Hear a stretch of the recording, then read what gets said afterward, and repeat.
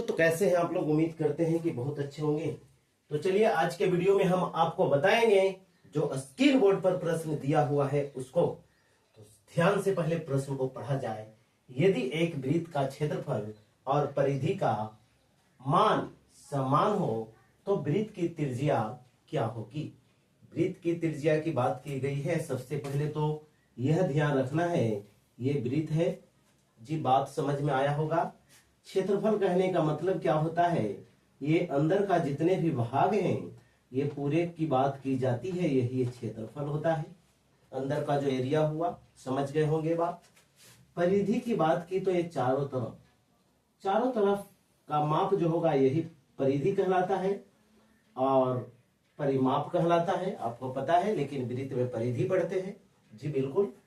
और इसमें एक केंद्र होता है, शुद्ध भाषा में सुनिए, इसमें एक केंद्र होता है और केंद्र से परिधि तक मिलाने वाली जो सरल रेखा होता है इसी को हम लोग वृत्त की त्रिज्या कहते हैं जी, बिल्कुल।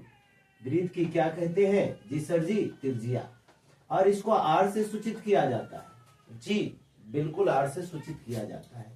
ये होते हैं परिधि, ये क्या होते हैं, परिधि जी। अंदर का जो ये पूरा एरिया आप देख रहे हैं यही होता है क्षेत्रफल। यही क्या होता है, क्षेत्रफल जी, एरिया बोलते हैं उसको, आप समझ गए होंगे। तो चलिए प्रश्न को बढ़िया से यानी कि अच्छा से यानी कि ध्यान से देखा जाए और उसके बाद हल किया जाए। यदि एक वृत्त का क्षेत्रफल और परिधि का मान समान है, कहने का मतलब है कि जितना क्षेत्रफल का मान है उतना परिधि का मान है। यदि क्षेत्रफल का मान 80, 90, 100 कुछ भी हो सकता है, इतना ही परिधि का मान होना चाहिए, ये प्रश्न ने कह दिया है जी, बिल्कुल। अब समझ गए। तो चलते हैं वृत्त की परिधि बराबर। वृत्त की परिधि बराबर क्या होता है जी, बिल्कुल 2πr होता है। अब चलते हैं वृत्त की त्रिज्या बराबर, वृत्त का क्षेत्रफल निकाल लेते हैं। वृत्त का क्षेत्रफल बराबर क्या होता है, लिख देते हैं जी, बिल्कुल πr² होता है।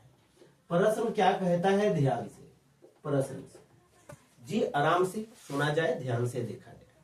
कहता है प्रश्न कहता है दोनों का मान समान है, यानी कहने का मतलब लिख सकते हैं वृत्त का क्षेत्रफल और बराबर में होगा वृत्त की परिधि जी, बिल्कुल, वृत्त की परिधि जी, बिल्कुल।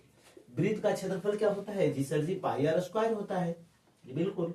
और वृत्त की परिधि क्या होता है, 2πr, जो कि हम पहले ही दर्शा चुके हैं, आपको पता है। चलिए त्रिज्या पूछा गया है, पाई से पाई समाप्त जी, बिल्कुल। एक आर से एक आर समाप्त, यहाँ बच गया आर, यहाँ बच गया 2 जी, बिल्कुल। आर का मान 2 होगा।